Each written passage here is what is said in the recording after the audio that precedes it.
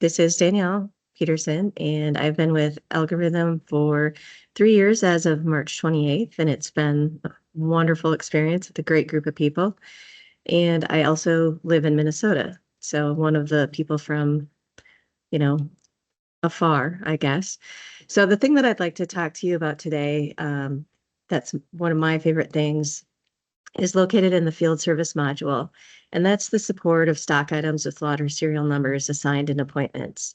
There's two ways that we can do this, and that one is to auto-generate them, and one is to do them manually. There are a couple things that you have to consider or keep in mind when we're doing this. And what I'm going to do is walk through this setup with you so you can see how it works from start to finish. One thing to keep in mind, though, is the functionality only applies to customers that are configured with a billing cycle that processes by appointments. So I'm not going to cover that part of it today, but that is something that you'll have to do. The other thing that we have to do is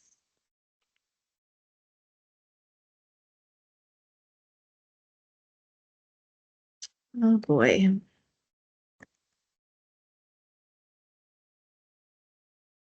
There we go. Oh, almost.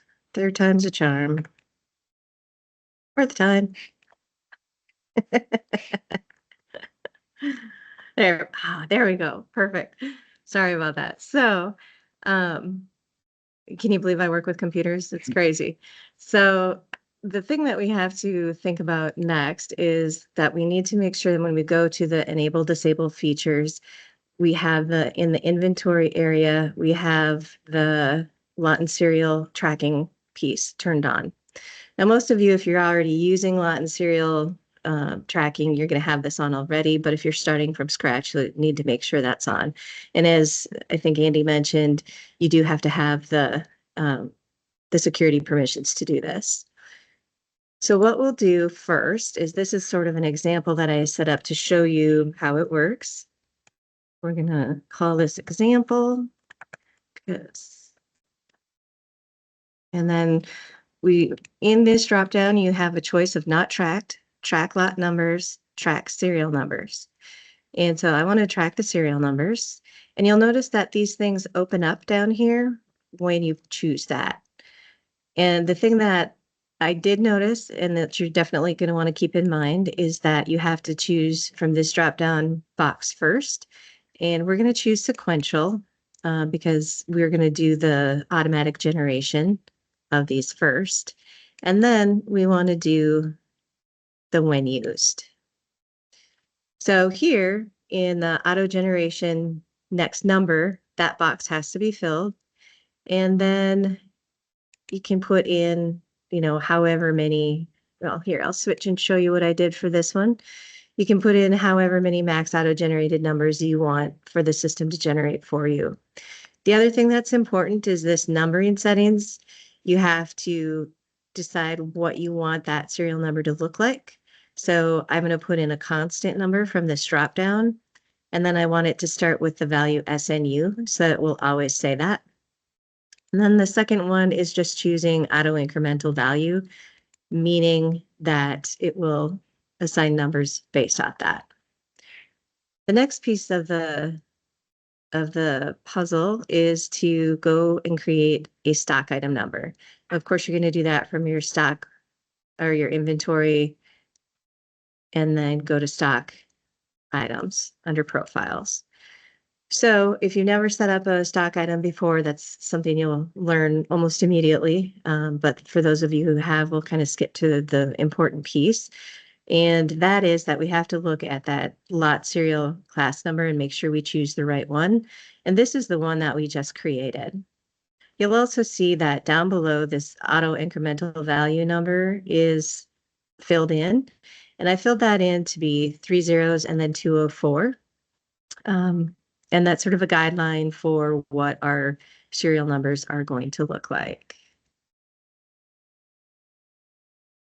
Then what I did that I'm not showing you is I went ahead and received in a bunch of inventory of that item, because you do obviously have to have the inventory before you can issue it out on an appointment.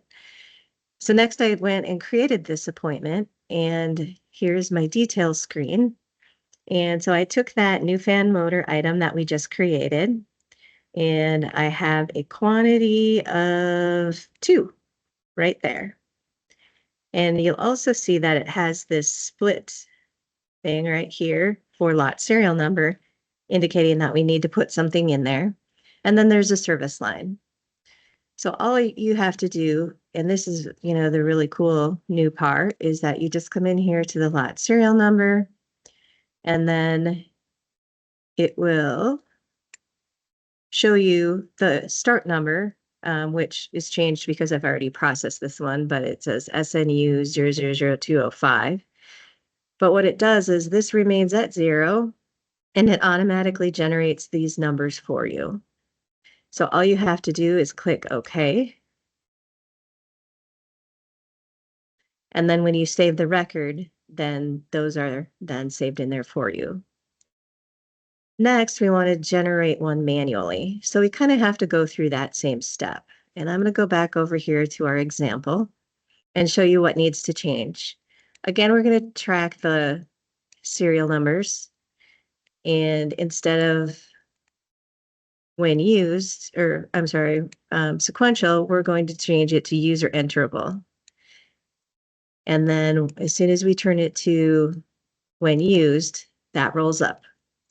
So then I created one over here so that you can see what the finished product looks like after it was saved. And you'll notice that I didn't check this auto generate next number box.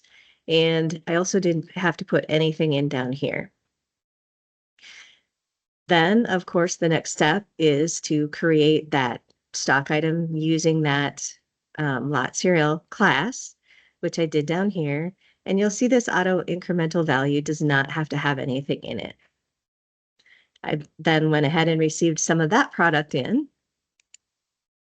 and created another appointment. And this is the details area. And this is for the medium new fan motor that I created. It also has an estimated quantity of 2 and a service line. But when I go into the lot serial area this time, there's nothing in this area. And keep in mind that you don't need anything there, even though there's the little red star. But you'll see too that there is a number 2. So you expect to see 2. So we'll go here and we'll create our line, and we can freely type in whatever we want for our serial number. We do the second one.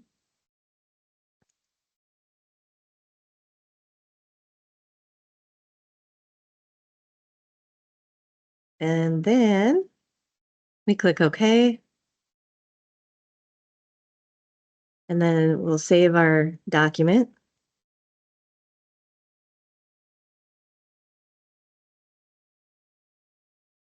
And then we go here and look just to verify, and there's our lot serial numbers. So that is one of the things that I think is really cool with this 2025R1. There are a couple things that you have to keep in mind, though, and that is that this does not work. It's not a feature that is on the service orders, so you won't be able to do lot serial numbers from there. And when you put them in on the appointments, it won't write back. And the other thing is that unfortunately, it's not available on the mobile edition just yet. Hopefully that'll be something that's coming in the future.